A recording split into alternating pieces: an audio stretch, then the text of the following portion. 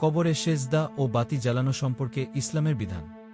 কবর জিয়ারত মুসলমানের জন্য সুন্নত, কিন্তু কবরকে সেজদা করা যাবে না। কবরকে উদ্দেশ্য করে নামাজ পড়তে পারবে না। মৃত ব্যক্তি যত বড় অলিবুজুর্গ হন না কেন, ইসলাম আল্লাহকে ছাড়া কাউকে সেজদা করার নির্দেশ দেয়নি। সৃষ্টিকে সেজদা করা হবে হারাম বা কুফরি। একইভাবে কবরের ওপর পাকা করা, কবরকে কেন্দ্র করে ঘর বা মাজার নির্মাণ করাও ইসলাম সমর্থিত নয়।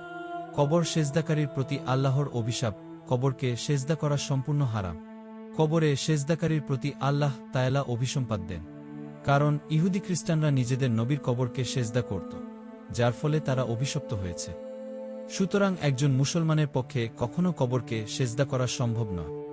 এ শিরক কাজে লিপ্ত হতে পারে না।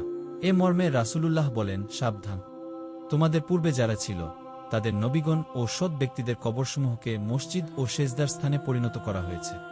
সাবধান, তোমরা কবরসমূহকে মসজিদ ও সেজদার স্থানে পরিণত কর না। আমি তোমাদেরকে এ থেকে নিষেধ করছি। মুসলিম 1216 এ বলা হয়েছে।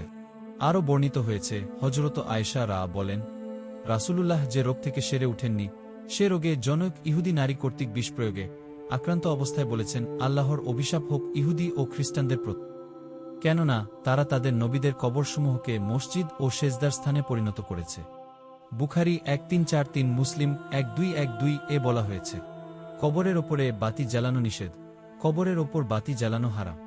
কবরের ওপর পুষ্পস্তবক প্রদান করাও ইসলাম সমর্থন করে না। মৃতের কবরে বাতি জ্বালানো বা বৈদ্যুতিক লাইট দ্বারা সজ্জিত করা ইসলামে গ্রহণযোগ্য নয়।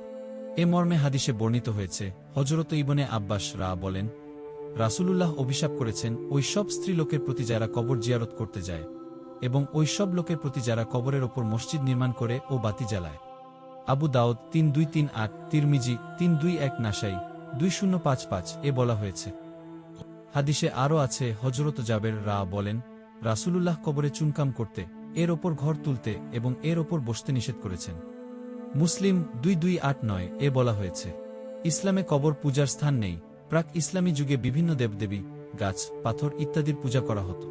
তখন ধর্মের কোনো অস্তিত্ব ছিল না, যার দরুন তারা ধর্মহীন জীবন যাপনে অভ্যস্ত হয়ে উঠেছিল।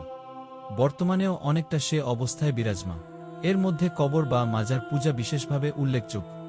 বাংলাদেশের বিভিন্ন অঞ্চলে অলিবুজুর্গদের কবরকে কেন্দ্র করে মাজার গড়ে উঠেছে। আবার সেখানে সেজদা দেওয়ার প্রথাও চালু রয়েছে, অথচ এ সেজদা প্রথা শিরক। এটাকে হাদিসের ভাষায় প্রতিমা পূজা বলা হয়েছে। এ প্রতিমা পূজা মুসলমানদের জন্য সম্পূর্ণরূপে হারাম। এ প্রথা বিশ্বাস করলে ঈমান সন্দেহপূর্ণ হয়ে যাবে।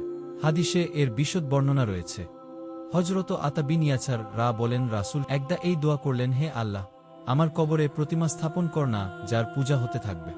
আল্লাহর কঠোর রোষে পতিত হয়েছে সেই জাতি যারা তাদের নবীদের কবরসমূহকে মসজিদ ও সেজদার স্থানে পরিণত করেছে। মুয়াত্তা মালিক 419 এ বলা হয়েছে, আল্লাহর রাসূল আরও বলেন, তোমরা কবরের ওপর বস না এবং এর দিকে নামাজ পড় না।